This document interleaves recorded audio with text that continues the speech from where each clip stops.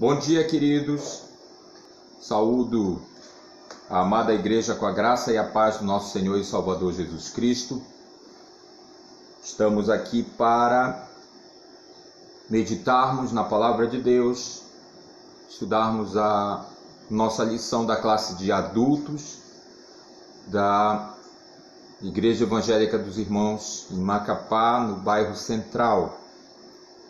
Nós estamos estudando o livro de Atos dos Apóstolos, aproveitando o material desta revista, da editora Cristã Evangélica, série de adultos, né? Específica para escola bíblica, pequenos grupos, estudos bíblicos. Eu agradeço a Deus pela vida desses irmãos que têm esse ministério de preparar esse material e colocar à disposição do povo de Deus. E hoje também é o domingo da Aliança Caris. Passamos aí a semana inteira conclamando os irmãos a participarem desse evento. Então nós estamos... Deixa eu só tirar esse barulhinho aqui chato, só um instantinho, tá? Pronto. E hoje, como eu estava dizendo, é o domingo da Aliança Caris, em que nós celebramos essa aliança, que é a confraternidade global das chamadas igrejas evangélicas dos irmãos por graça ou da graça.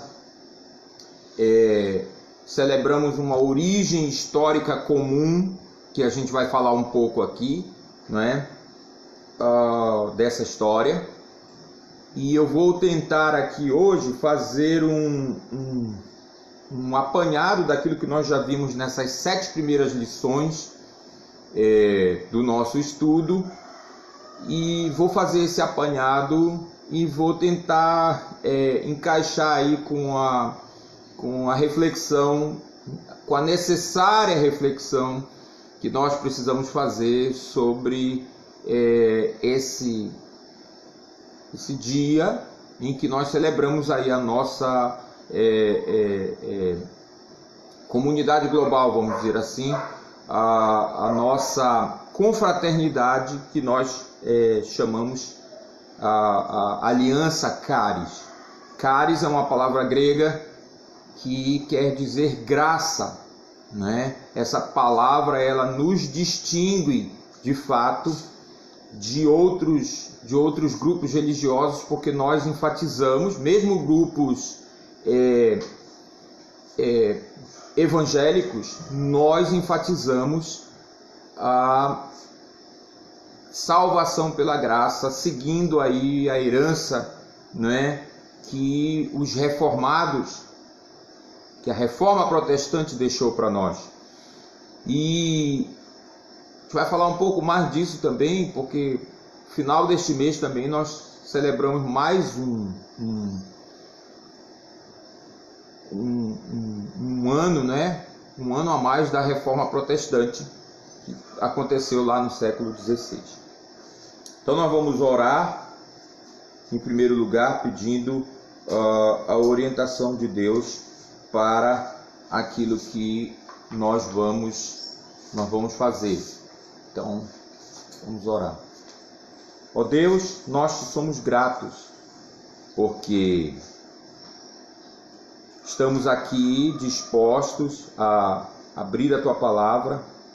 Ela mesma nos assegura que é uma dádiva preciosa que o Senhor nos deu, pela qual nós somos gratos, ó Deus, porque o Senhor inspirou homens para escreverem esta palavra e providenciou para que ela chegasse até nós. Agradecemos, porque ao longo dos séculos o Senhor preservou essa palavra, e agradecemos também porque o Senhor é o Deus que honra, acima de tudo, a Tua palavra, a Ti mesmo, ó Deus, e faz com que ela se cumpra na história. E ela tem se cumprido, ó Deus. A tua palavra tem se cumprido na história. Tu mesmo declaras, ó Deus, que jamais a tua palavra voltará sem realizar aquele propósito para o qual o Senhor a designou. Então nós te louvamos, nós engrandecemos o Senhor pela tua palavra.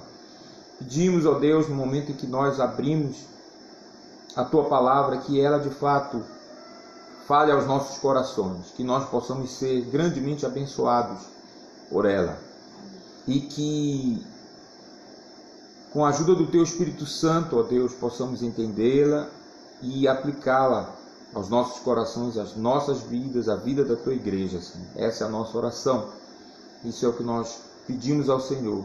E pedimos em nome e pelo amor do nosso grande Deus e Salvador, o Senhor Jesus Cristo. Amém. Como eu disse, nós estamos aí com a lição 8. Eu não vou certamente trabalhar toda essa lição hoje. Os comentários dessa lição são do pastor André de Souza Lima, aqui na revista.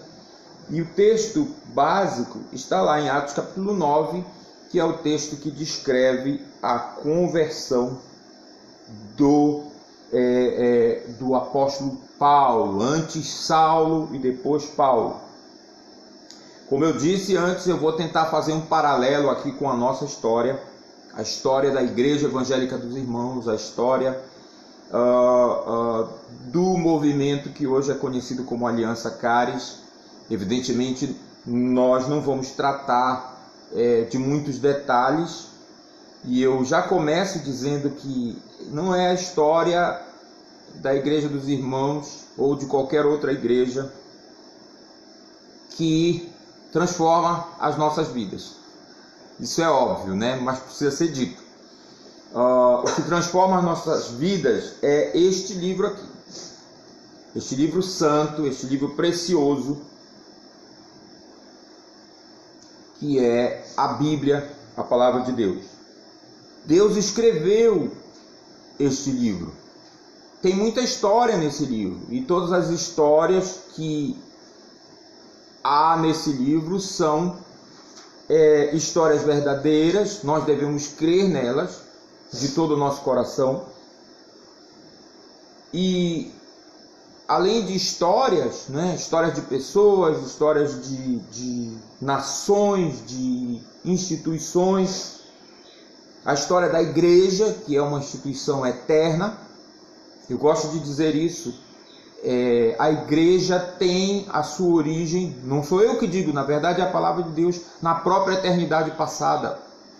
Quando Deus estabeleceu o seu plano para a humanidade, e esse plano incluía a redenção dos seres humanos, porque eles pecariam e efetivamente pecaram contra o Senhor, contra Deus, que é santo, que é justo.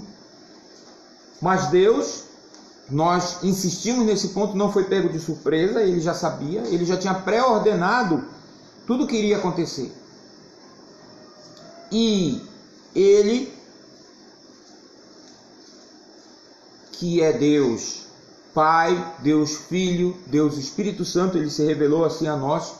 Lá na eternidade passada já estava decidido que o Filho, o eterno Filho de Deus, se encarnaria, se tornaria homem, carne e sangue, como nós, a nossa semelhança, porém sem pecado.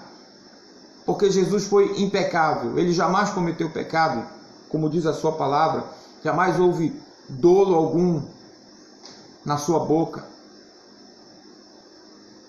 Foi decidido na eternidade passada que ele viria e, através da encarnação, através do seu ministério e através da sua morte na cruz, como oferta perfeita pelos nossos pecados, ele atrairia para si mesmo um povo que seria propriedade exclusiva dele. A palavra diz tudo isso. Então as origens da igreja estão na eternidade, nesse desígnio, nesse propósito que Deus estabeleceu. Sim, há um marco histórico quando essa igreja foi, digamos, fundada, que é o Pentecostes. Nós já vimos isso aqui, Atos capítulo 2, quando o Espírito Santo, que havia sido prometido por Deus, vem à terra. Jesus disse: eu rogarei ao Pai, está lá no Evangelho de João, e ele vos enviará outro Consolador, ou Ajudador. A palavra na língua em que o Novo Testamento foi escrito é Paráclitos, uma palavra muito importante. O Espírito Santo é esse Consolador, esse instruidor, esse ajudador que nos conduz na nossa caminhada enquanto filhos de Deus. Ele primeiro nos convence do pecado, da necessidade que nós temos de um Salvador. Ele nos mostra o juízo de Deus, que Deus, sendo um Deus justo, tem o direito de punir o pecado. Ele nos faz, o Espírito Santo, entender a nossa própria pecaminosidade. Ele nos leva literalmente até Jesus. Esse é o ministério do Espírito Santo. E então, quando nós chegamos a Jesus, ele, ao longo da nossa vida cristã, ele nos instrui. E ele vai estar para sempre conosco, porque ele, sendo Deus, nós estamos destinados à eternidade com Deus, por causa do seu amor, da sua misericórdia, da obra consumada por Cristo na cruz. Então nós estaremos para sempre com Deus. Esse é o ministério do Espírito Santo. E ele veio lá no dia de Pentecostes, 50 dias após a oferta de Jesus, a Páscoa. Jesus foi o nosso Cordeiro Pascual. E nós vimos todos aqueles eventos que ocorreram. E a partir dali, a igreja visível, vamos colocar dessa maneira, o corpo visível, mas sim um corpo espiritual de Cristo, foi manifestado. E a partir dali nós temos a propagação do Evangelho e o crescimento da igreja. Então nós estamos acompanhando no livro de Atos parte dessa história, porque não era possível para Lucas, evidentemente, relatar todos os eventos. Ele, obviamente, como todo historiador, ele teve que fazer um recorte, ele teve que fazer uma seleção. Se você está aí realmente ligado no estudo que a gente está fazendo, você percebe isso, né? Lucas vai mais ou menos seguindo a lógica de como a história se apresenta. Começa com os discípulos lá em Jerusalém, a descida do Espírito Santo, a pregação de Pedro, não é? O resultado dessa propagação, o convencimento do Espírito Santo. Alguém já disse que o livro de Atos poderia se chamar tranquilamente de Atos do Espírito Santo. É a obra do Espírito Santo que está descrita ali. A conversão de milhares de pessoas e, a partir daí, os eventos que vão se sucedendo, primeiro concentrados no ministério dos apóstolos. Depois, quando houve a perseguição a partir da morte de Estevão, né, o ministério de evangelistas. a coisa começa a se espraiar, né? Aquilo que era stream, né, virou spray. Quando você compra esses jatos, né, de passar roupa, por exemplo, esses de álcool agora, né, você tem lá duas modalidades de jato, né? Você tem o stream, vocês já observaram isso? Dê uma olhada, né? Você pode ver lá, tem os bons, né? Os bons, pelo menos, os que funcionam. Ele tem a posição off, tá tudo em inglês, tá, gente? Tem a posição off, tá fechada lá, né? Aí você gira, tem a posição stream ou spray, não sei qual que vai vir primeiro aí. Mas o stream é aquele jato direcionado e forte que vai ali numa só direção, a água se concentra ali, eles fazem, né, o bico lá de uma tal forma, tem uma engenharia lá dentro que aquele jato sai direcionado. E tem o spray, né? O spray ele é mais espalhado, né? Você joga, aquela coisa fica meio que enevoada. Por quê? Porque na engenharia que tem lá dentro, né, os dutos se afinam e se espalham, e aí você tem aquela névoa, né, que espalha mais o líquido na superfície onde você está colocando. Então aquilo que era stream, né, ali concentrado ali em Jerusalém, em torno do ministério dos apóstolos, agora vai virar spray.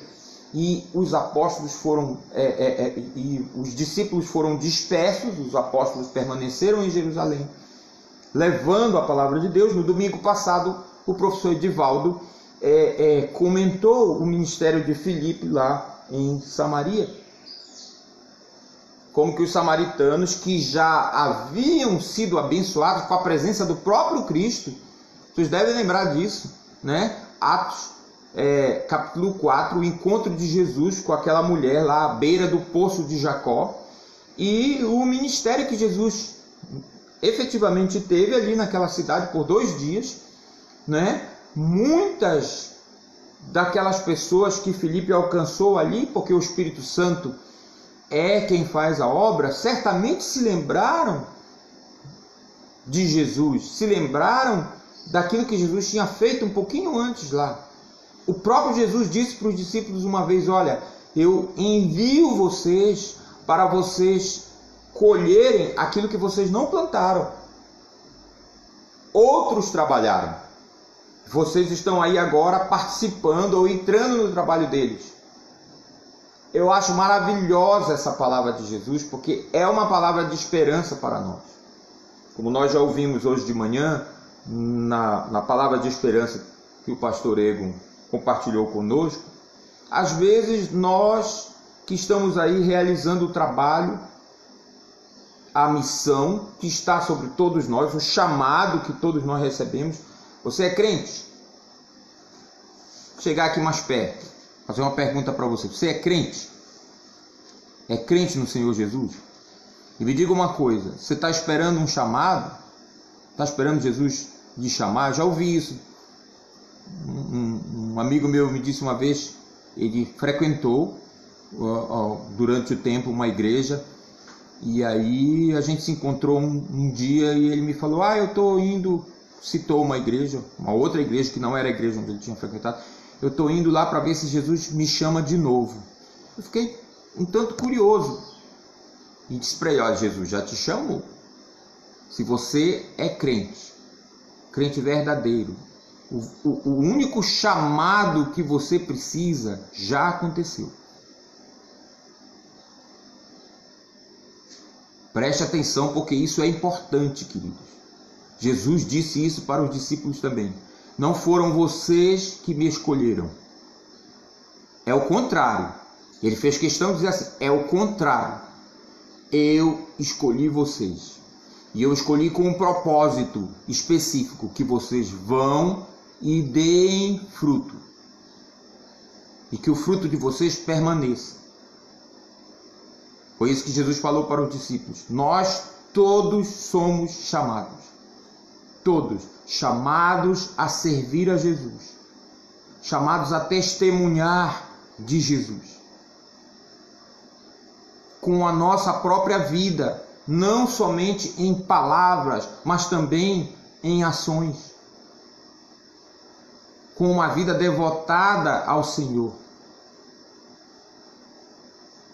Não importa o lugar onde nós estejamos, não importa qual seja a nossa ocupação humanamente falando. Não importa o nosso estado civil, não importa o tamanho da nossa família. Todos fomos chamados a servir ao Senhor Jesus. Todos. Então, não espere, não fique esperando, você já foi chamado. Alguns gostam de falar de um ministério específico, de um chamado específico, mas não é esse o ponto que eu estou colocando aqui. Todos fomos chamados. Eu acho muito importante a gente saber disso.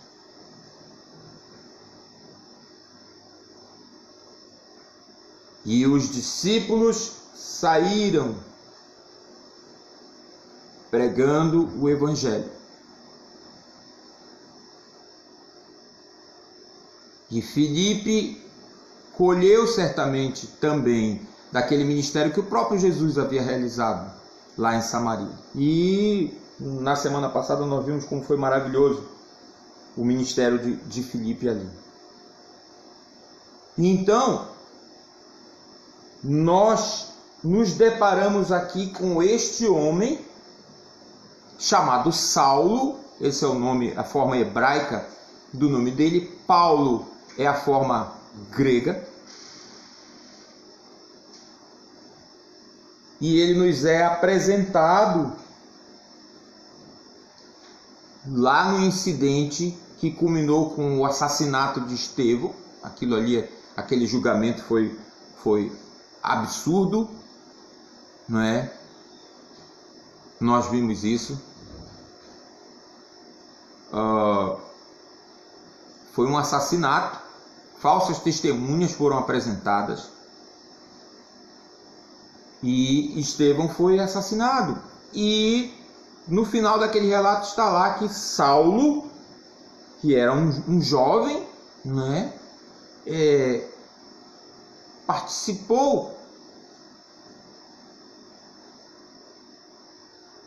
Ele participou efetivamente daquele assassinato e guardou a roupa do pessoal lá. Ele pode não ter jogado nenhuma pedra em Estevão, mas ele estava lá.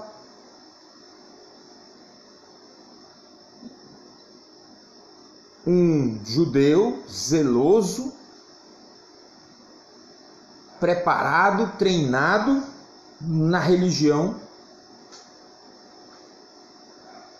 Jesus havia dito para os discípulos: olha, vocês não tenham medo, porque vai chegar a hora em que todo aquele que matar vocês vai fazer isso convicto de que vai estar prestando um tributo a Deus.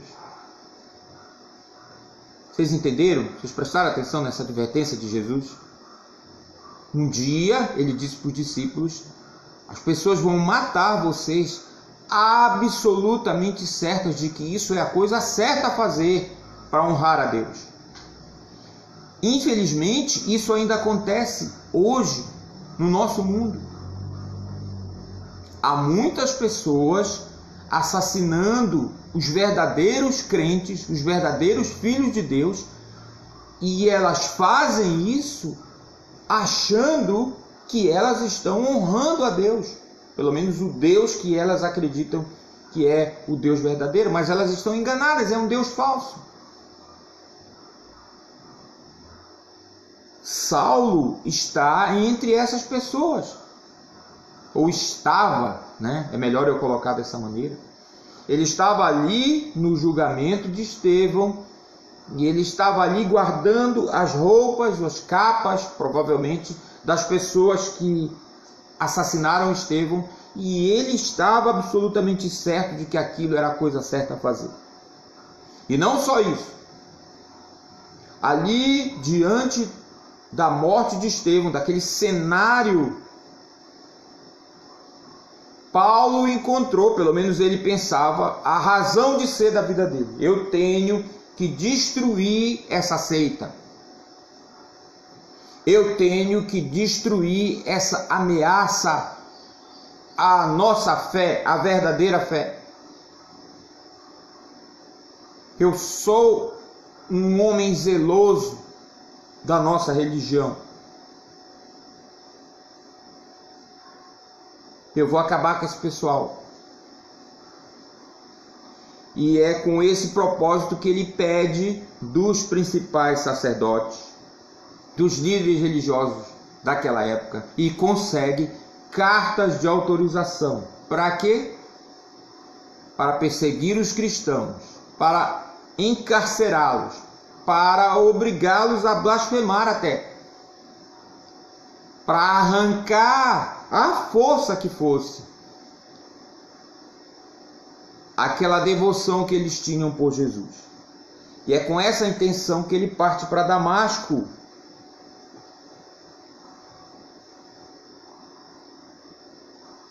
Que ficava na Síria, ao norte, portanto, lá da Palestina. Uma viagem relativamente longa, cansativa.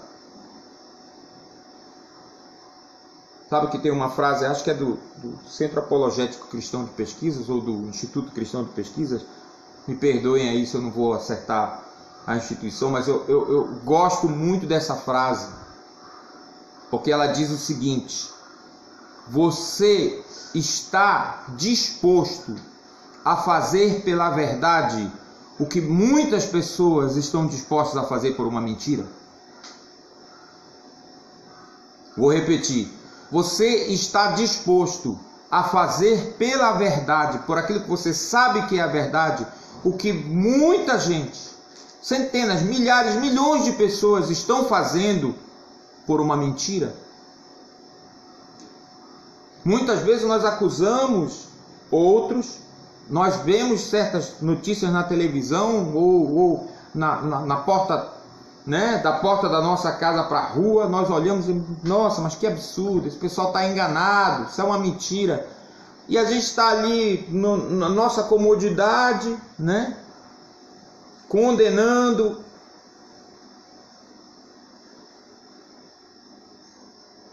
Mas e aí, você que conhece a verdade? O que você tem que fazer? O que você tem que fazer? O que você está disposto a fazer?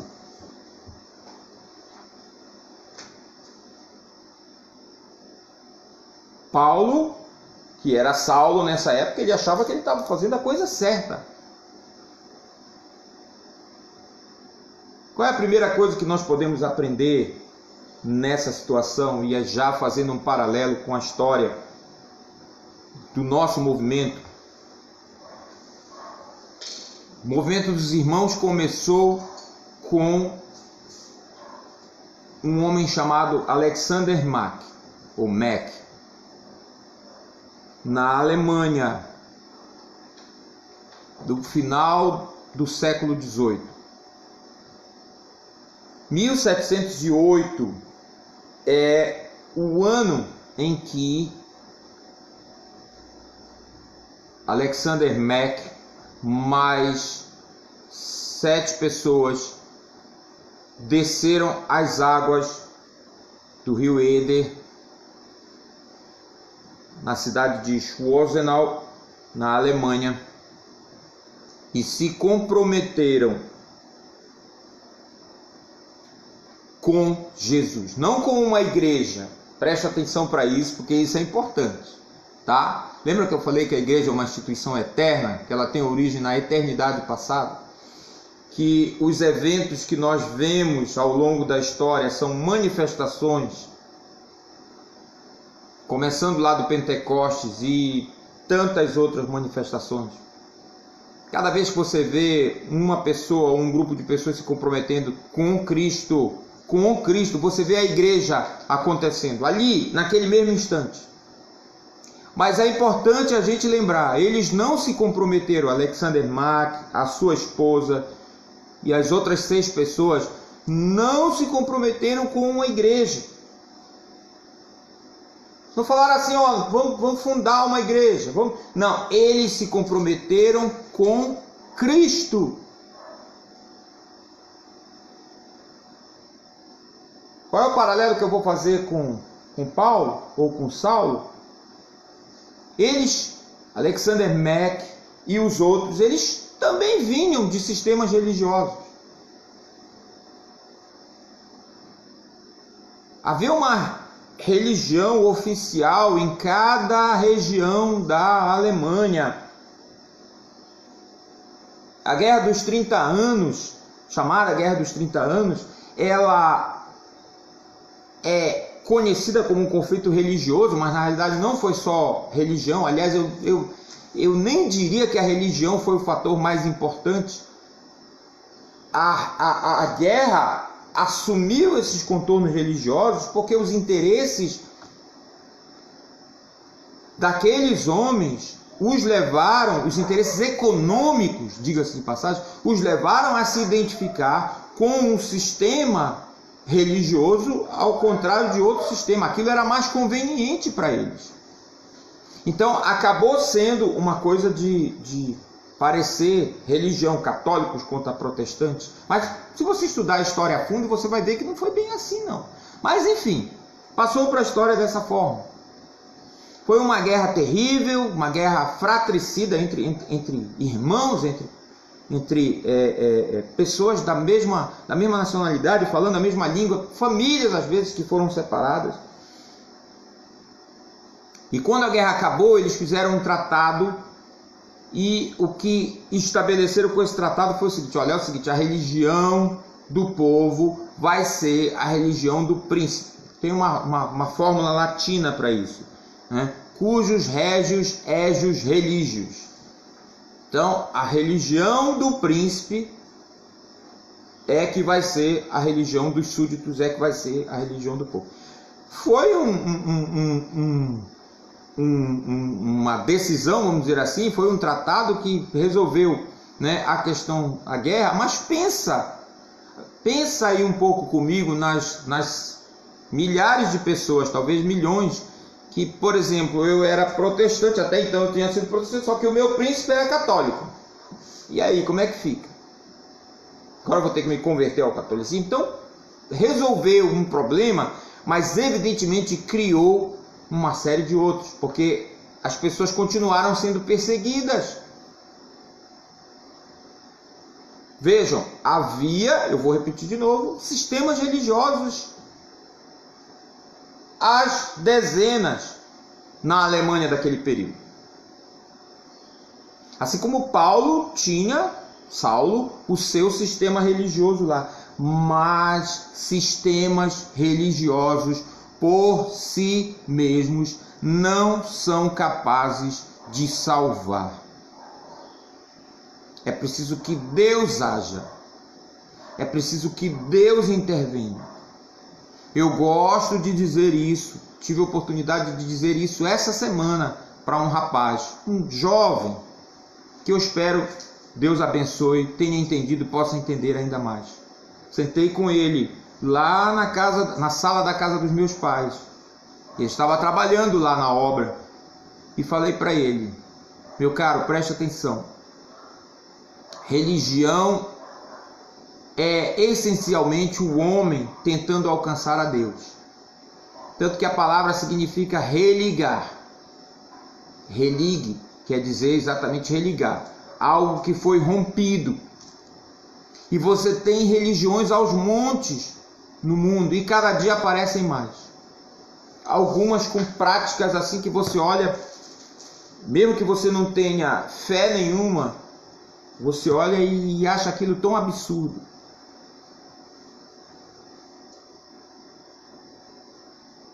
E a palavra de Deus, na verdade, condena uma série de iniciativas humanas para tentar resolver o seu problema com Deus. Religião é isso, é o homem tentando alcançar a Deus dos meios mais diversos possíveis. Mas o cristianismo não é uma religião. O cristianismo foi Deus que veio à terra e alcançou o homem. Foi Deus que resolveu o problema que o homem não poderia resolver. Essa distinção, infelizmente, ela está sendo abandonada, inclusive por teólogos, por pastores. Eu considero isso um erro gravíssimo. Porque ela é logicamente defensável, ela é biblicamente defensável. A Bíblia está cheia de advertências de Deus, falando claramente para o povo de Israel, o seu povo, com quem ele tinha estabelecido uma aliança. Vocês não têm nada para me entregar. Povo de Israel, botem isso na cabeça de vocês. Vocês não têm nada para me entregar. Aquilo que vocês acham que é justiça, aquilo que vocês acham que é piedade, aquilo que vocês acham que é perfeição, para mim é imundícia. Trapo de imundícia, que aliás é uma expressão muito mais forte no original.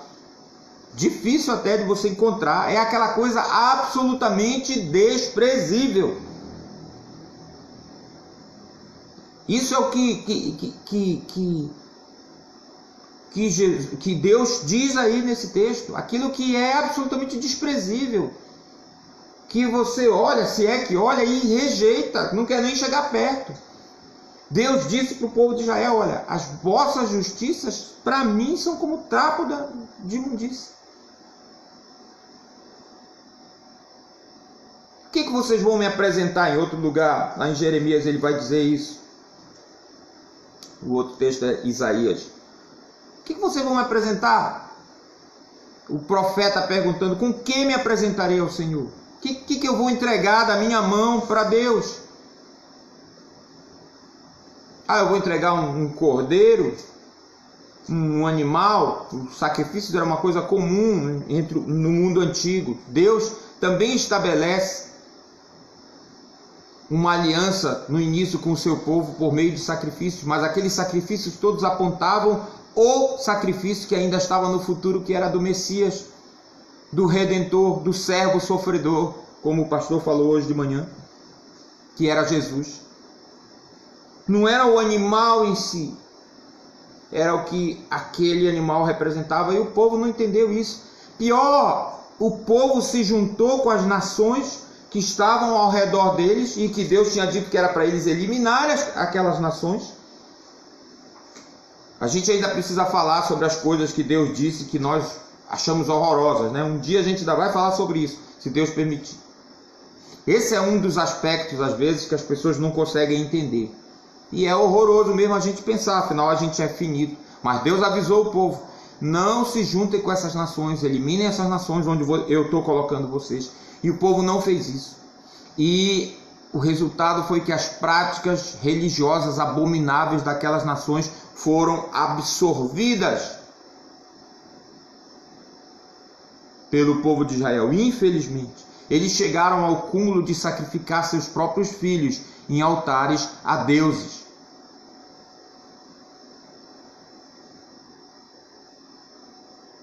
E o profeta pergunta: por acaso eu vou entregar o meu filho, eu vou sacrificar o meu filho ao Senhor?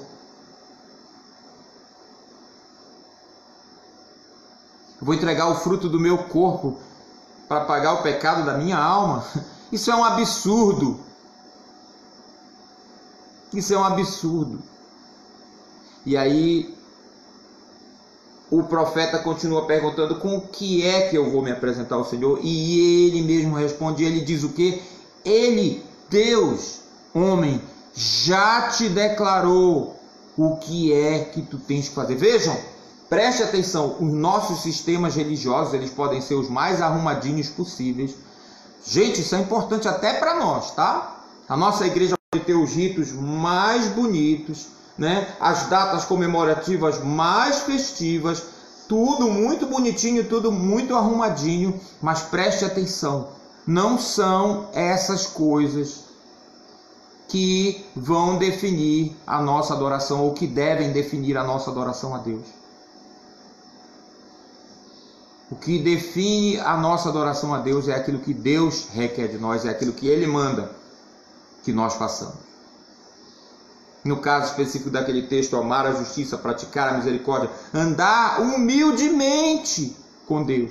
Quantas vezes, quantas igrejas nós vemos orgulhosas da sua condição, orgulhosas da sua posição social, orgulhosas da sua história, orgulhosas dos seus sistemas religiosos, orgulhosas da sua liturgia, mas com o coração insubmisso a Deus.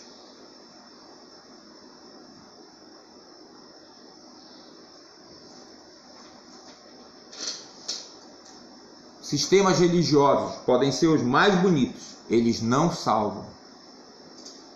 Alexandre Mack entendeu isso. Os 7 que estavam com ele entenderam isso. Eles começaram a ler a Bíblia, notadamente o Novo Testamento, e eles começaram a observar diversas práticas nas igrejas ao redor deles, e aquelas práticas não eram condizentes com aquilo que eles viam na palavra de Deus. Por exemplo, uma delas era o batismo infantil, ou o batismo de infantes. Isso é uma história longa, a gente não vai entrar em detalhes aqui, a gente já tem 10 e 13, né? Já são 10 e 13, mas enfim, uma confusão que a igreja acabou fazendo, a igreja cristã, com as práticas judaicas e com o batismo. Os judeus, eles tinham o costume, não tem até hoje, está na lei de apresentar o bebê aos 8 dias de nascido ao Senhor, e ele é circuncidado, no caso dos meninos. Essa é uma prática que eles têm ainda hoje. O judaísmo tem isso. Você não vai encontrar no Novo Testamento batismo de crianças. Todo o contexto histórico, todos os relatos deixam bem claro que o batismo era para adultos. Isso precisa ser dito. Isso tem que ser dito. Estamos falando de sistemas religiosos que têm elementos falhos. Então tá aí, tá apontado. Os batismos eram realizados em rios, no Rio Jordão, né? Tá lá. Jesus foi batizado no Rio Jordão. João, o batizador, batizava no Rio Jordão. O eunuco, nós vimos, o Edivaldo falou na semana passada, ele, quando creu no Senhor Jesus, eles estavam no carro, ele estava voltando para o país dele, estava lá na beira da estrada, de repente ele viu água. Não foi uma piscina, não foi um batistério, era provavelmente um lago ou um rio.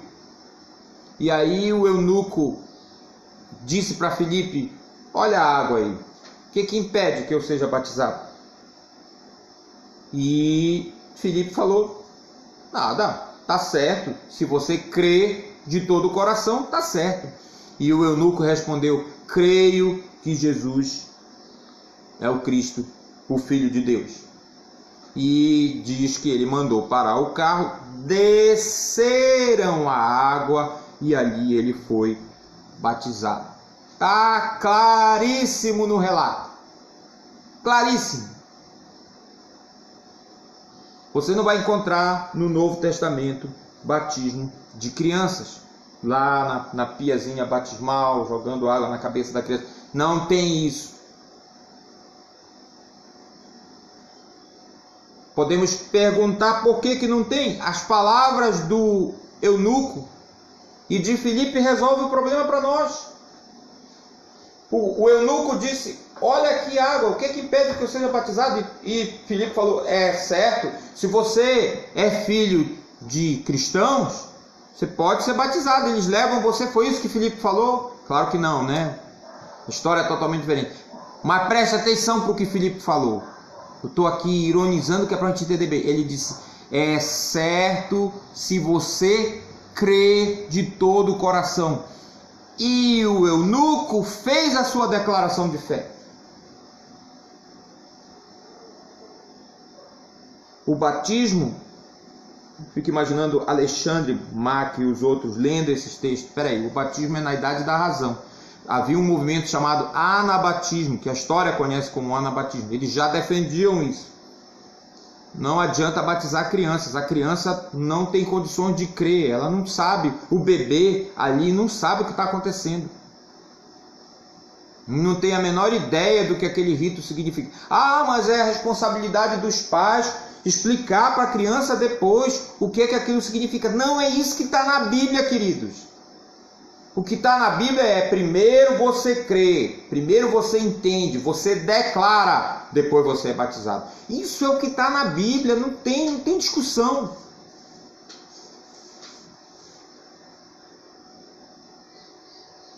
Alexandre Mack e os outros entenderam isso. Por isso eles desceram as águas do rio Eder e por isso eles foram batizados. Porque eles começaram a entender, ou eles efetivamente entenderam, que o seu sistema religioso não estava adequado. Foi a providência divina que fez isso. Bom, com Saulo não foi assim não. Ele estava lá afeito, né, ao sistema religioso dele, até que ele literalmente caiu do cavalo. Com Saulo a história foi outra. O Senhor Jesus agiu, e agiu de uma maneira portentosa, extraordinária, se revelando pessoalmente a Saulo.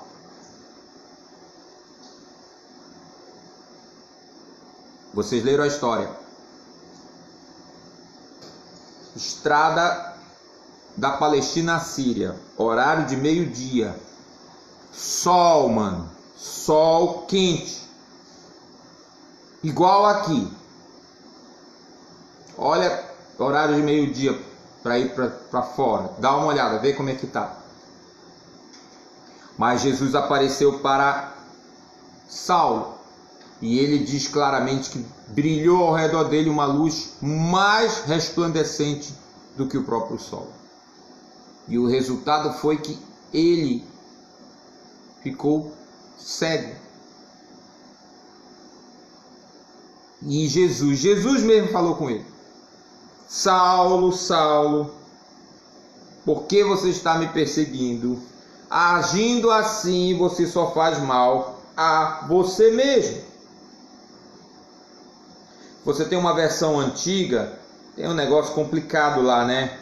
Eu não consigo entender porque o pessoal ainda mantém isso, né? Dura coisa ou coisa é recalcitrares contra os aguilhões. Complicadíssimo demais, né? Aguilhão é um instrumento de tortura, lancetas afiadas. Poderia colocar aqui, por exemplo, no pescoço, poderia colocar em qualquer parte, na realidade. Era usada contra animais, mas também era usado contra seres humanos. O objetivo era disciplinar o animal. O animal ou o ser humano tinha que ficar quieto, parado, numa posição só, porque se ele se mexesse muito, se ele se agitasse muito as lancetas, né? O troço feria tudo.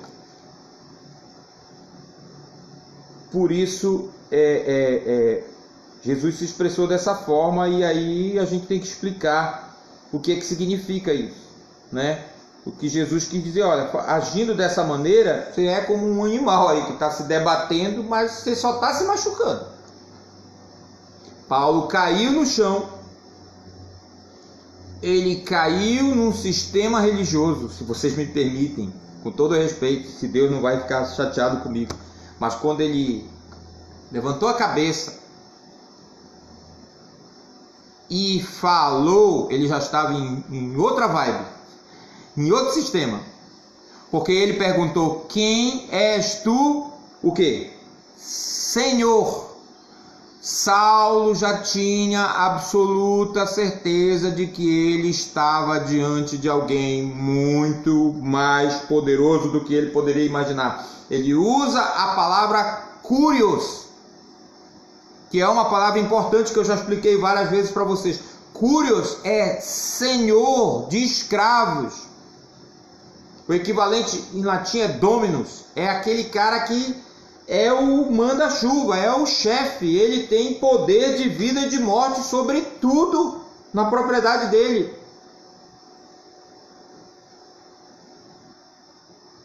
Eu já expliquei isso para vocês várias vezes. Eu posso dizer senhor Edivaldo, estamos aqui com o senhor Edivaldo, o senhor Tiago, né? O fato de eu estar usando essa forma de tratamento com eles não significa que eu esteja me submetendo a eles. É um pronome de tratamento, né, na língua portuguesa hoje. Naquela época não. Você não chamava de curios para alguém a quem você não se sentisse devoto. Devoto. Saulo, melhor dizendo, já levanta a cabeça e fala como um devoto. Quem és tu, Senhor? E qual não foi a surpresa dele ao ouvir: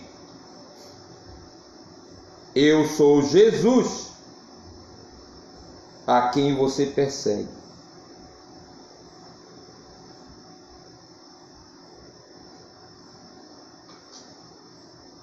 Eu sou Jesus. Que surpresa! Que surpresa! Como Saulo ficou depois de ouvir aquilo? Arrasado, com toda certeza. O outro relato que eu estou falando está mais na frente, né? Essa frase, dura coisa, recalcitrante contra os aviões. Mas enfim, esses relatos eles se complementam. A gente vai, ao longo da semana, estudar isso mais. Paulo diz também em outro lugar que os companheiros de viagem dele ouviram,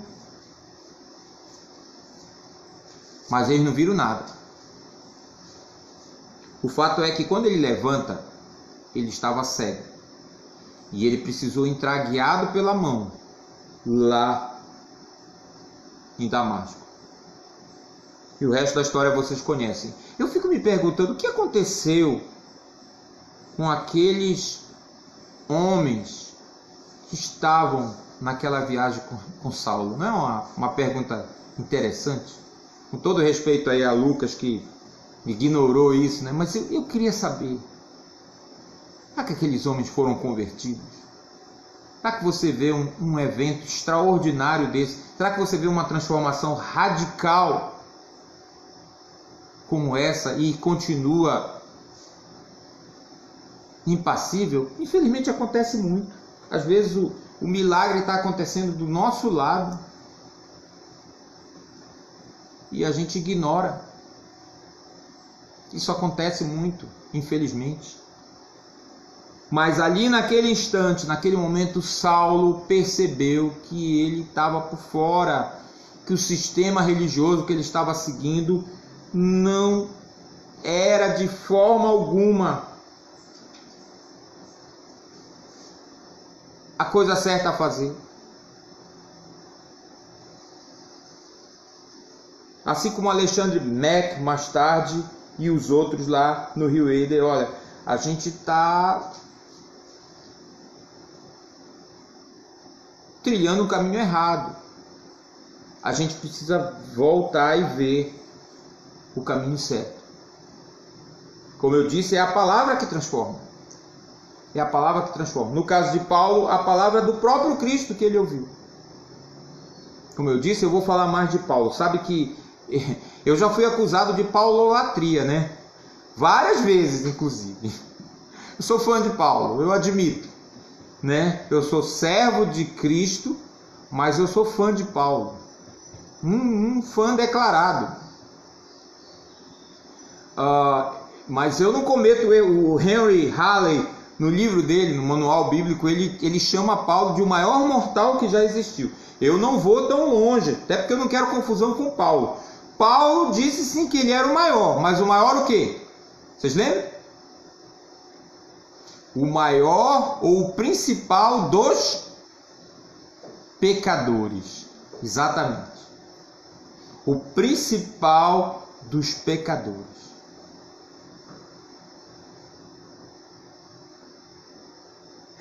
Era assim que ele se enxergava. Era assim que ele se via. E Paulo entendeu. Eu estava andando num caminho errado. Então, a primeira coisa que nós aprendemos, tanto na vida de Paulo, quanto na vida do Alexandre Mack e dos outros, sistemas religiosos podem ser sistemas até bons, mas eles não salvam. Podem até ajudar as pessoas a disfarçar o mal, a guerra que elas têm dentro de si, mas não salvam. É preciso que Deus haja. E Deus trabalhou no coração de Alexandre Mack e dos outros, mostrando a eles a verdadeira forma ou a maneira como ele deve ser adorado, deve ser cultuado. E como eu disse, nós precisamos estudar a palavra de Deus. No caso de Alexander Mack e dos outros, tudo começou com a palavra, com o estudo da palavra.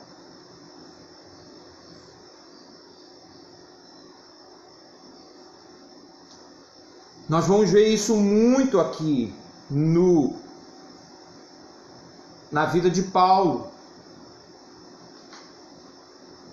Vocês viram o que aconteceu? Quando ele chegou lá em Damasco, ele precisou ser curado. Essa história é muito interessante. Havia um discípulo de Jesus chamado Ananias lá, vocês viram isso? E Deus apareceu para ele e disse: Ananias, vai lá, deu o endereço. Tem um homem chamado Saulo lá, ele está sem enxergar, e ele viu um homem entrar para que ele pudesse enxergar de novo. Eu sempre cito essa história porque é engraçada. Ananias, o homem infinito, tentando informar um Deus infinito sobre quem era Saulo. É ou não é engraçado isso? É ou não é interessante? Sabe que me contaram uma história muito engraçada ontem? Um garotinho de 13 anos, que está aí empolgado com essa questão política, ele foi falar do candidato dele para uma outra pessoa. E aí a pessoa disse: qual é o seu candidato? Aí ele falou o candidato, a pessoa disse: eu conheço ele desde antes de você nascer. É legal essa história, né? É legal. Ele pensou que ia informar alguma coisa. É o caso aqui de Ananias. Ananias pensou que ia informar Jesus. Jesus, tem alguma coisa errada aí. O sistema de informação aí do céu está falhando. O senhor sabe quem é esse homem? Ela não é engraçada? O senhor sabe quem é esse homem? O senhor sabe o que ele veio fazer aqui? Como que Ananias pôde achar que, se ele, que era um homem, né, sabia quem era Paulo, ou Saulo, melhor dizendo, e o que ele havia, a intenção que ele havia ido para lá, para Damasco, se Ananias sabia disso, imagine Deus, Jesus. E é interessante que Jesus não perde tempo, né? Se você está aí acompanhando, né, o texto, eu vou ler a partir do 13. Ananias, porém, respondeu: Senhor, ouvi muita gente falar das coisas horríveis que esse homem vem fazendo ao teu povo santo em Jerusalém, e ele tem autorização dos principais sacerdotes para prender todos que invocam o teu nome. Preste atenção à resposta de Jesus. O Senhor, no entanto, disse: vá, pois Saulo é o instrumento que escolhi para levar minha mensagem aos gentios e aos reis, bem como ao povo de Israel.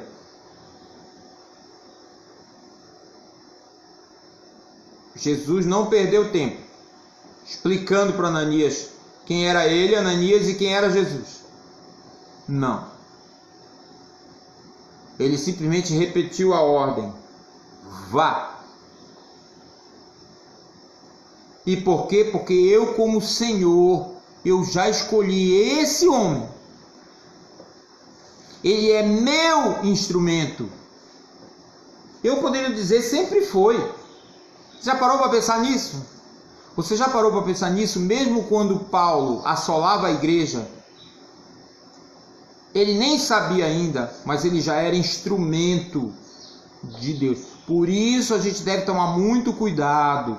A gente olha para certas pessoas muitas vezes e julga temerariamente. A gente fica dizendo, isso aí nunca prestou, nunca vai prestar.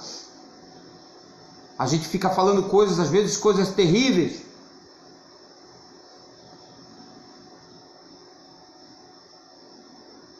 Lá um dia a gente descobre que aquela pessoa foi convertida a Jesus. E aí a gente ouve falar e diz, não pode ser a mesma pessoa. Mas é. Sabe por quê? Porque quando Deus escolhe, quando Deus diz, ele é meu instrumento, acaba toda teimosia, acaba toda teima. Gente, vocês percebem que mensagem de esperança que a gente tem aqui? Às vezes a gente olha e diz assim, puxa, eu já preguei tanto para esse cara, já falei tanto para essa moça.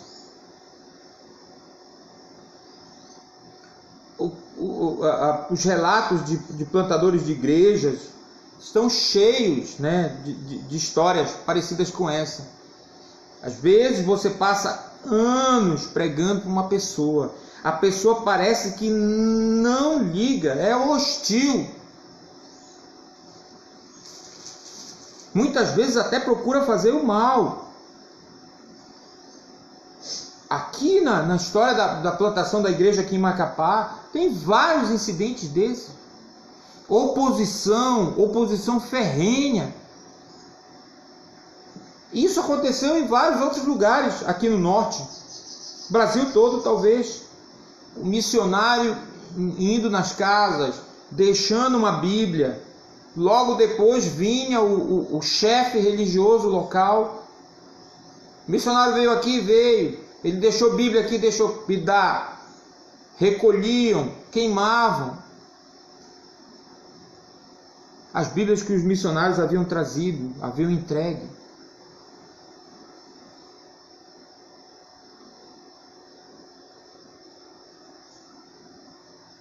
Lembra do que Jesus falou, um é o semeador, outro é o ceifeiro. Eu envio vocês para colher o que vocês não plantaram. Continue semeando. Talvez esse fruto não será colhido por você. Vai ser colhido por outra pessoa, muito tempo depois. Sabe que o Ivaldo, que está aqui em Macapá, que é o atual presidente da Convenção Nacional das Igrejas Evangélicas Irmãos no Brasil, ele tem uma história muito, muito interessante, que eu gosto de contar. O papai, na realidade, que contou essa história para nós. O papai estava na feira uma vez e ele foi reconhecido por uma senhora e ela foi falar com ele. E ela disse assim, o senhor é o pai do Ivaldo? Ivaldo Trindade? O papai disse, sou sim. Por favor, leve um recado para o Ivaldo. Eu fui colega do Ivaldo no antigo CCA, Colégio Comercial do Amapá. Nem existe mais. Trocou de nome. Mas enfim, eu fui colega do Ivaldo, ela disse. E quando nós fomos colegas de classe, o Ivaldo me deu uma Bíblia. Ele sempre falava de Jesus para mim e ele me deu uma Bíblia. 17 anos depois, ela continuou, eu enfrentei uma crise muito séria na minha vida. E arrumando as coisas lá em casa, eu achei essa Bíblia.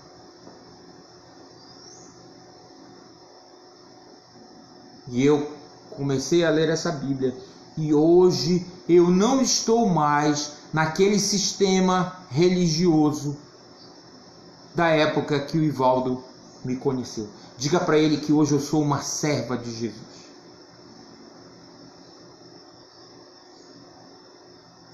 17 anos depois. Esse é o Deus que escolhe e diz ele ou ela é meu instrumento. E não importa quanto tempo vai passar, essa palavra vai se cumprir. Simplesmente porque Deus falou. Então vejam, há uma mensagem de esperança enorme aqui para nós. Vamos continuar pregando, vamos continuar falando.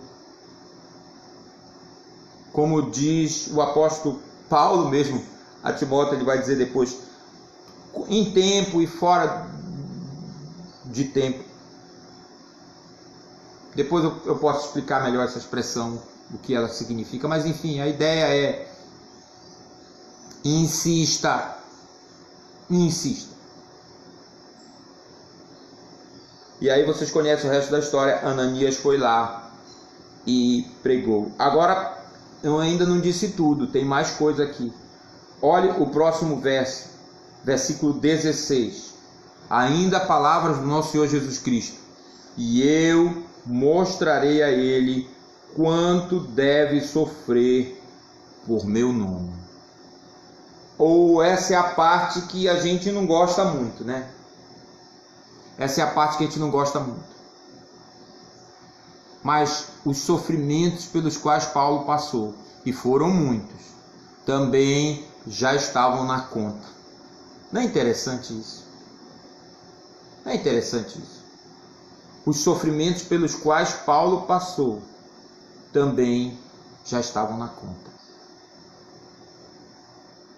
Deus já havia decidido. É impressionante a gente ver como hoje, eu tenho que falar isso porque é um negócio assim, que me preocupa muito. Um ex-aluno meu, que é muito querido, ele me mandou um vídeo de uma determinada igreja, e aparentemente o pastor lá estava encomendando, sei lá como é que eu vou falar, né? Estava orando lá por um rapaz que aparentemente tinha dedicado, né, a vida para um ministério pastoral. E aí o pastor estava lá orando e eu fiquei impressionado com as coisas que aquele homem estava falando. Você vai ser próspero. Tudo que você fizer, você vai ser bem sucedido, você vai ser feliz, você vai ser um nome famoso.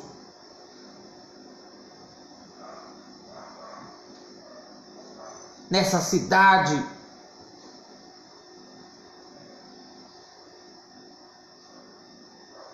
Eu queria ouvir os pastores. O que os pastores acham daquela oração?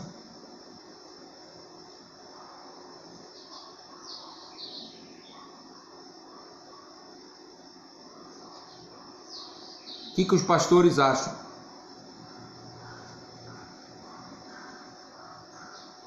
Querido, independentemente de ser pastor ou não, se você for seguir o chamado ao qual, como eu disse, todos nós já fomos chamados por Jesus, vem muito sofrimento por aí. E do jeito que o mundo está, vem mais ainda. Porque o mundo cada vez mais não quer ouvir o que nós estamos dizendo. Mesmo pessoas que se dizem evangélicas. Se você for chegar, por exemplo, com esse rapaz aí, eu fico me perguntando, olha, o ministério pastoral tem muito sofrimento também, viu? É bom você estar preparado.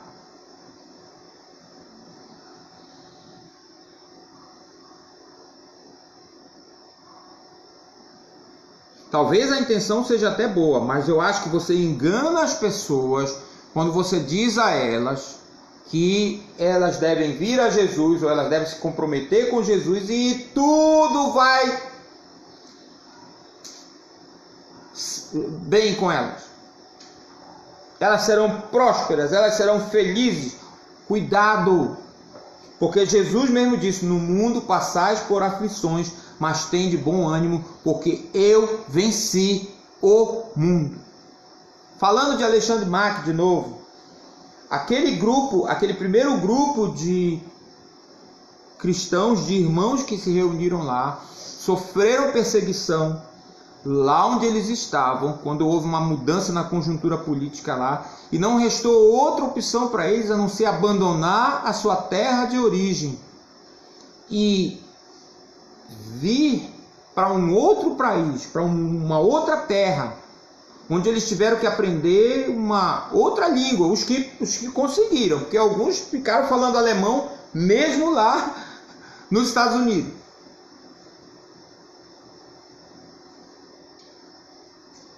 Tiveram que recomeçar do zero.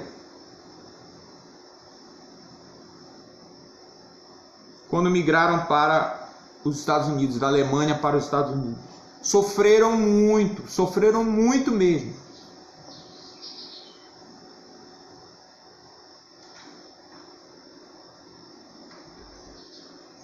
Essa é a parte que a gente não quer ouvir muitas vezes, ou que a gente não quer aceitar.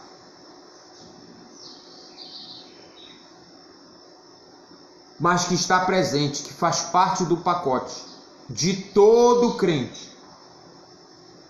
Este mesmo Paulo aqui vai dizer em outro lugar: todos os que querem viver piedosamente, como devotos, como devedores, alguém que sabe que é devedor do Senhor Jesus Cristo, serão perseguidos.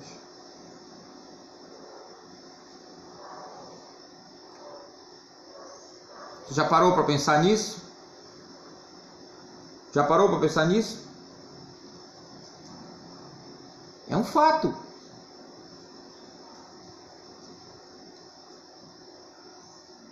É um fato. Nós precisamos atentar para isso. Porque é a verdade da palavra de Deus. Mas é a verdade que a gente não gosta de ouvir muito, né? Mas é um fato. Nós precisamos atentar para isso. Eu lhe mostrarei.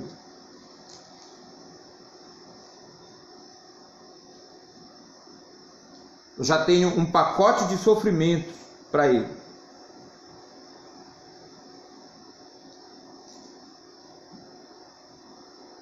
E ele vai sofrer, e preste atenção, pelo meu nome. Preste atenção para isso, porque isso também é importante, tá? Isso também é importante. Se você está sofrendo porque, sei lá, como é que eu vou... Cuidado, Eliezer, cuidado, já estou ouvindo aqui. Cuidado com essa ilustração. Mas, por exemplo, eu sou hipertenso.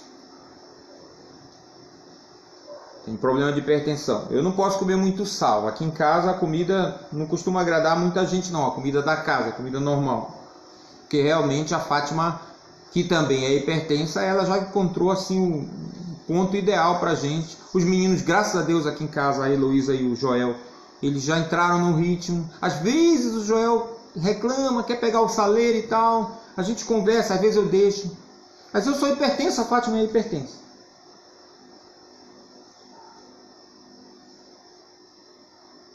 Às vezes a gente sai da conta. Vou incluir a Fátima no negócio aqui, para eu não ficar sozinho.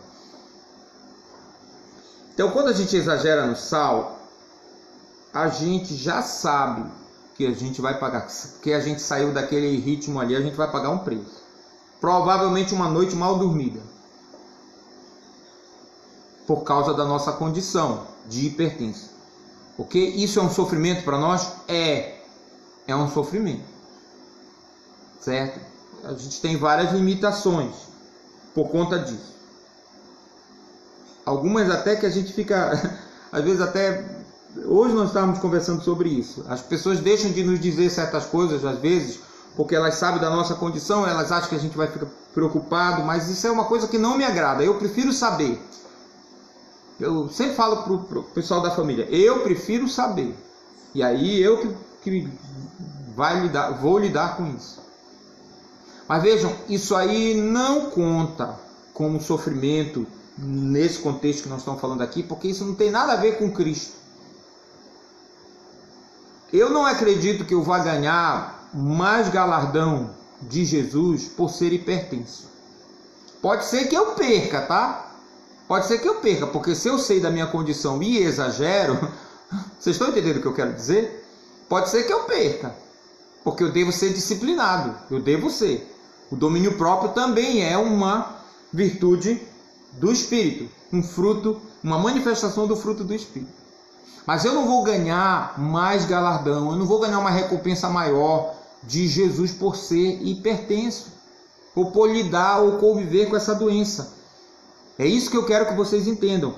O sofrimento que nós estamos falando aqui, ele é específico, ou ele está relacionado especificamente a eu viver uma vida devotada a Cristo, a eu ser um cristão, a eu me submeter à vontade de Cristo. Vamos dar uma olhada lá em 2 Timóteo, capítulo 3, só para isso ficar claro para nós. Eu acho importante a gente olhar esse texto. 2 Timóteo, capítulo 3, é o versículo 12.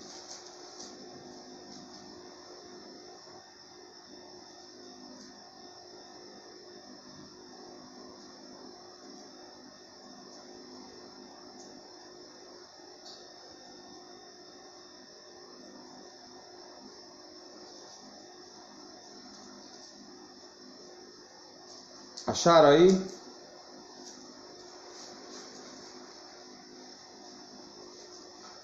Eu vou começar no 10, só para a gente ter um pouco de contexto, para a gente entender, tá?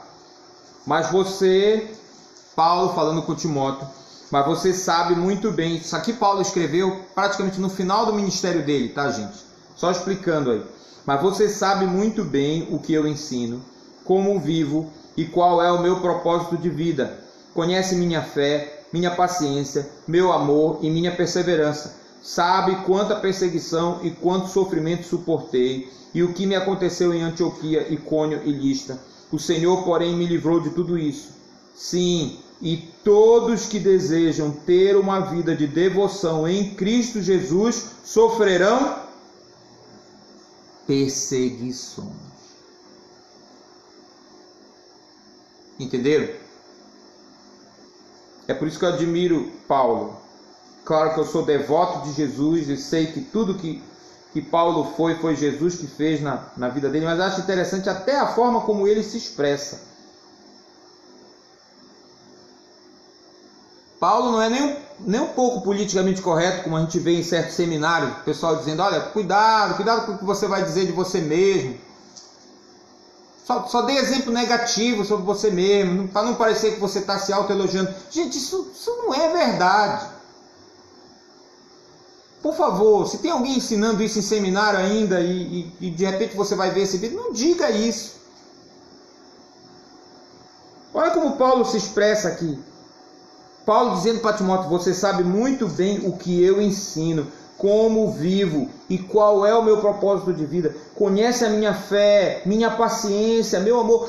Timóteo, olha a minha vida, olha como eu tenho vivido. Aliás, em outro lugar, Paulo vai dizer, sede meus imitadores, como eu sou de Cristo. Nós precisamos de homens com coragem suficiente de dizer isso hoje. A igreja precisa disso. Precisa de homens que olhem para as pessoas e digam, olha, me imitem, porque eu estou imitando a Cristo. Eu sou devoto dele, eu o sigo, eu vivo como ele quer que eu viva. Nós estamos precisando disso.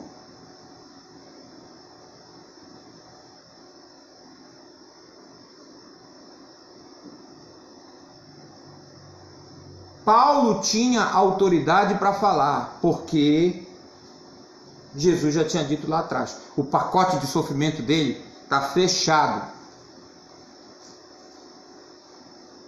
Ele vai me servir, ele vai me seguir e ele vai sofrer. Nós precisamos fazer as pazes com o sofrimento, gente, enquanto filhos de Deus. Nós precisamos fazer as pazes com o sofrimento. definitivamente na nossa igreja você não vai ver nunca essa plaquinha "pare de sofrer". Nunca. Nós entendemos que o sofrimento é parte da caminhada daqueles que procuram seguir e servir a Cristo. E nós vamos ver isso na vida de Paulo. Eu não vou nem me afobar aqui. Nós vamos ver isso na vida de Paulo. Eu fico me perguntando, do jeito que a coisa está, se a situação piorar. Eu acho que a gente está numa situação difícil. O mundo inteiro está numa situação difícil. Esse governo que está aí continuar com essas medidas desastrosas que ele pensa que estão beneficiando o cristianismo ou os cristãos, mas cedo ou mais tarde o pêndulo da história vai para o outro lado. É assim, tem sido assim no mundo inteiro. A história é feita de fluxo e refluxo. E quando vier um outro governo que vai desconstruir isso, como é que a gente vai ficar? Por isso nós cristãos não devemos confiar em governos humanos para fazer por nós, para nos apadrinhar. Nós não precisamos disso. Nem a esquerda e nem a direita. Preste atenção porque eu estou lhe dizendo. Você que está aí, cuidado, já estou ouvindo aqui de novo. Cuidado, Elias, cuidado com o que tu vai dizer. Tá bom, mas eu vou dizer.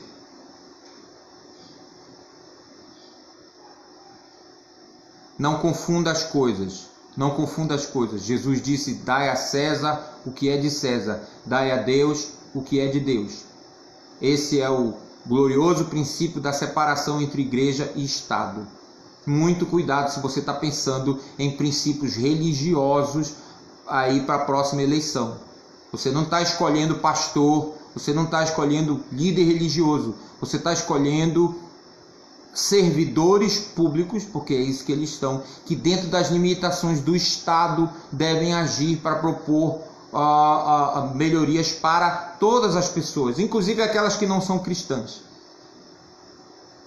Claro que nós queremos pessoas honestas, se forem cristãs, melhor ainda, né? Porque vão dar um bom testemunho de Cristo, mas cuidado com esse discurso. Nós precisamos promover a fé na Câmara, na Câmara de Vereadores, ou mais tarde na Câmara de Deputados, na presidência, na prefeitura. Negativo.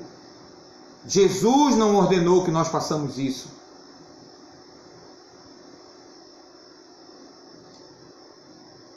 Muito cuidado, até mesmo porque alguns dos candidatos que se apresentam como evangélicos, aliás, eu vi um vídeo, ninguém me mostrou, ninguém me contou melhor, eu vi um vídeo de uma das estrelas do escândalo do Mensalão pedindo votos para candidatos evangélicos. Eu tenho ouvido cada absurdo que aquele homem tem dito. Não me parece ser alguém que foi convertido pelo Senhor Jesus por causa das atitudes, até o linguajar que ele usa.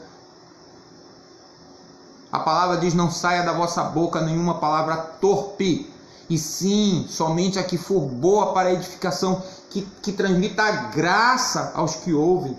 E a boca daquele homem é uma cachoeira de impropérios, de palavras de baixo calão.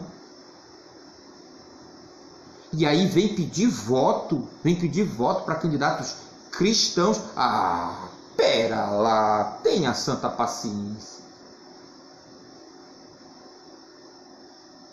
Nós não estamos aqui para ter uma vida confortável, para ter uma vida, nós cristãos, de proteção do Estado, o Estado nos protegendo, evitando que a gente seja machucado, que a gente seja ridicularizado, que a gente seja vilipendiado até. Isso faz parte.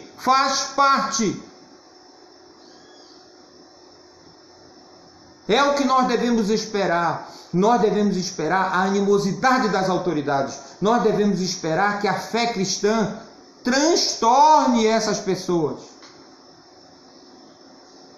porque não é o que elas querem ouvir.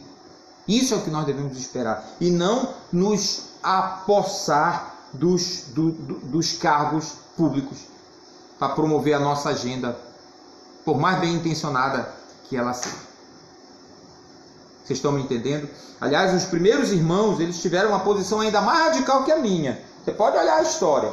Eu lamento que tem alguns irmãos da nossa igreja, um bom número até, fazendo o curso de História da Igreja dos Irmãos do ITG, mas eu queria que tivesse mais gente. E eu espero que quando tiver o próximo módulo, eu espero que tenha mais gente participando, fazendo. Estamos lá, eu, pastor Paulo, o Dinaldo, a Lloyd, o Osiel, a Cristina, a irmã Elza, a irmã Márcia, o irmão Ney Costa. Estamos lá fazendo esse curso, está sendo muito bom. Mas os primeiros irmãos, eles foram ainda mais radicais. Eles defenderam uma absoluta separação entre igreja e Estado. Eu não vou tão longe.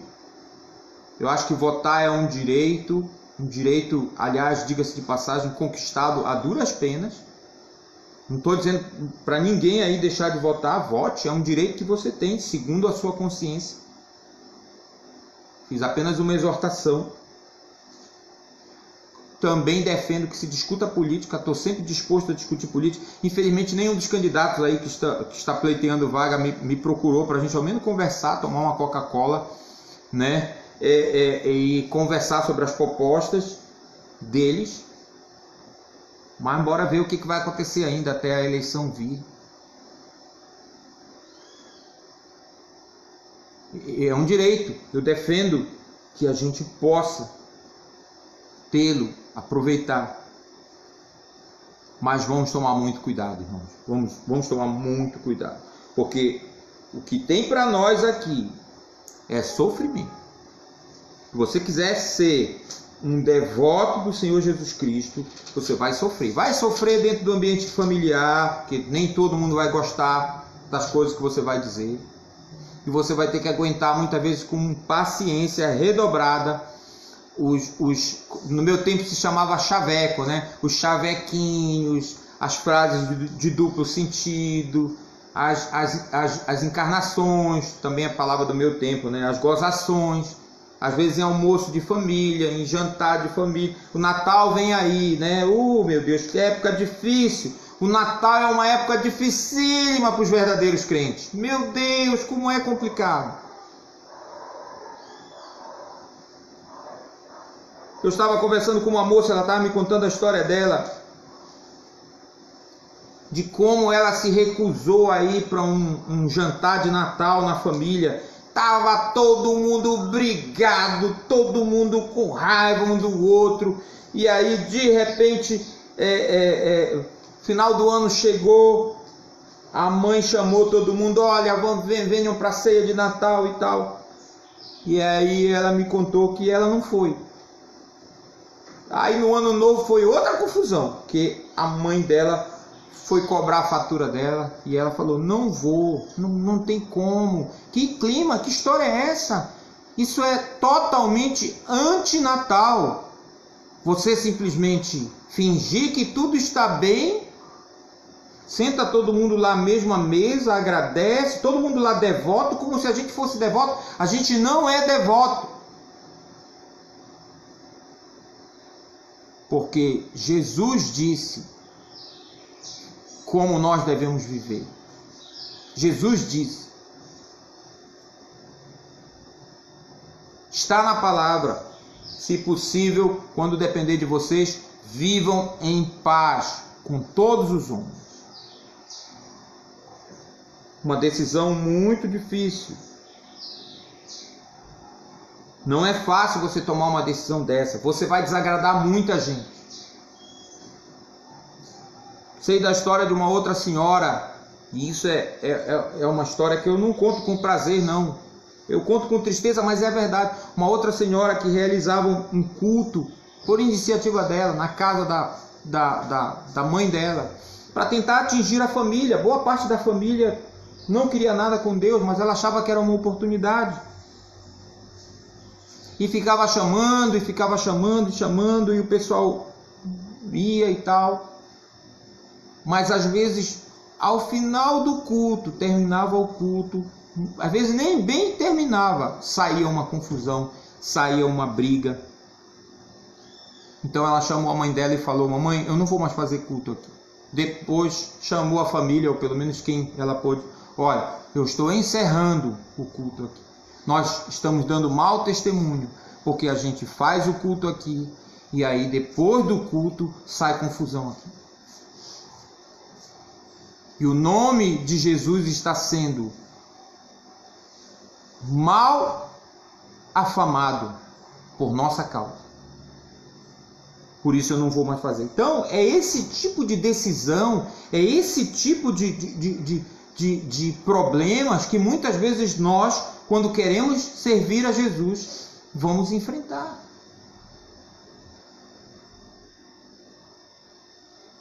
Mas o que nos distingue enquanto igreja é isso aqui, ó, que nós procuramos seguir o que esse livro diz. Nós, Igreja Evangélica dos Irmãos, é isso que nós buscamos. É seguir o que este livro diz. Isso é o que nos distingue. Eu espero que os irmãos, como disse o autor de Hebreus, suportem essa palavra de exortação, porque eu acho que ela é necessária para os dias que nós estamos vivendo.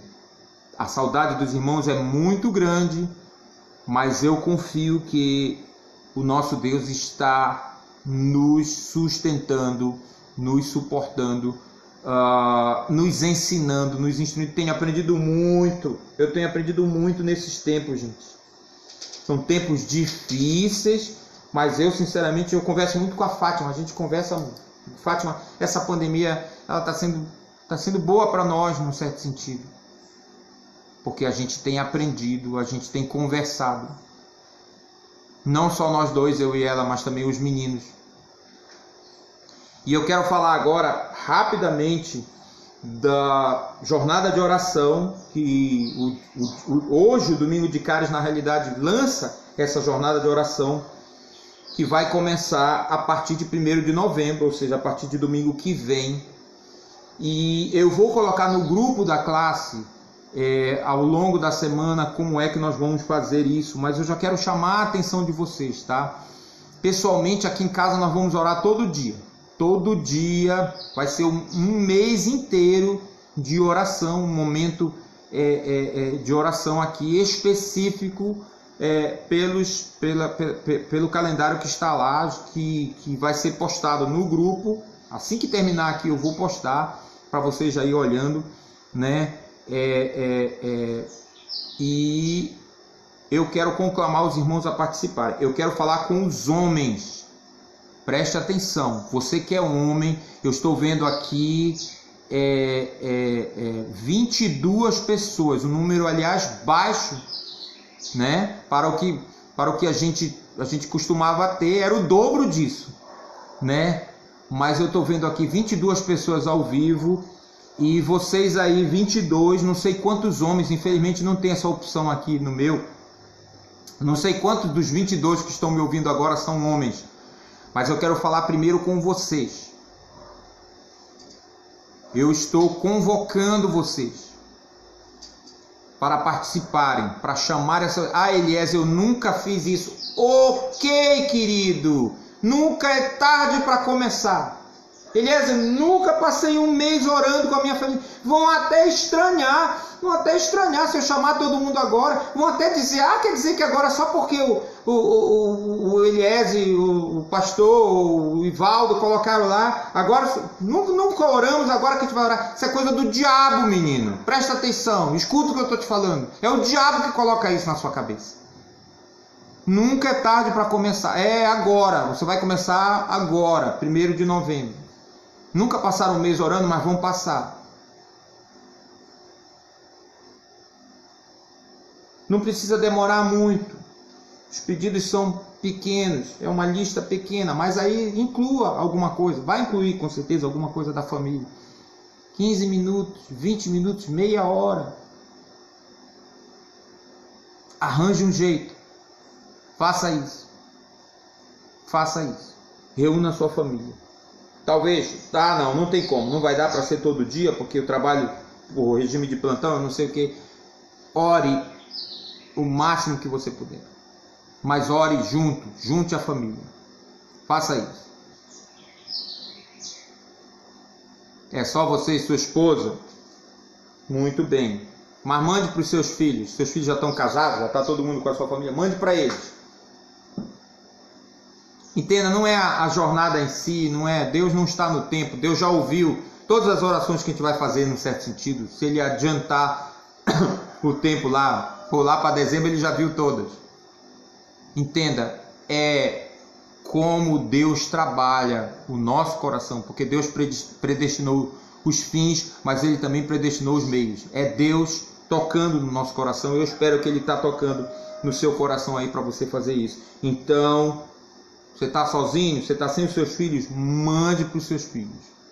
Mande todo dia um lembrete. Você já orou hoje?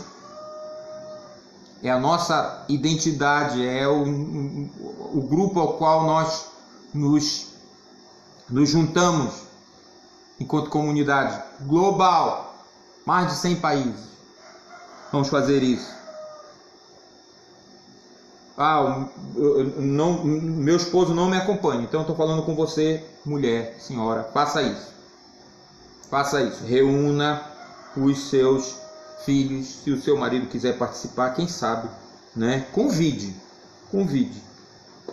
Mas faça isso. Dê esse testemunho. E eu quero convidá-los a orarem também no grupo da classe. Um áudio, 2 minutos, 3 minutos no máximo. Eu quero fazer isso voluntariamente. Não quero ter que convocar ninguém. Não quero ter que chamar ninguém. Então, a partir de agora, quando eu encerrar aqui, eu quero que apareçam essas 30 pessoas. Nosso grupo tem muito mais do que isso. Tá? Eu quero que apareçam essas 30 pessoas. Irmão Elias, eu quero fazer a oração do dia tal. Para colocar a partir das 6 da manhã e no máximo até às 7 da manhã, entre 6 e 7, esse áudio no nosso grupo no dia correspondente, segundo a agenda de oração. Vou repetir, eu quero 30 pessoas para ao longo do mês, seguindo a agenda de oração, colocarem uma oração em áudio no grupo entre 6 e 7 da manhã do dia que você escolher aí. A partir de agora, entre no meu privado e coloque lá, Elias, dia 15 eu vou fazer oração, Elias, dia 20 eu vou fazer oração, Elias, dia 1º eu vou fazer oração. Coloque lá, por favor. Como eu disse, não é uma oração muito longa, 3 minutos no máximo, tá? De acordo com a agenda que nós temos. Espero contar com a colaboração dos irmãos e espero que Deus nos abençoe grandemente ao realizarmos essa jornada de oração. Espero também que os irmãos estejam mais tarde no culto. Também vamos falar do dia de Cáris, do dia da Aliança Cáris no culto hoje à noite.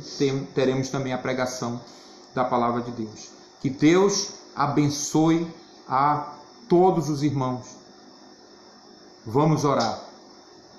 Gratos, ó Deus, nós somos, pela Tua misericórdia, pelo Teu amor que nos alcançou, por meio do Teu Filho, o nosso Senhor Jesus Cristo.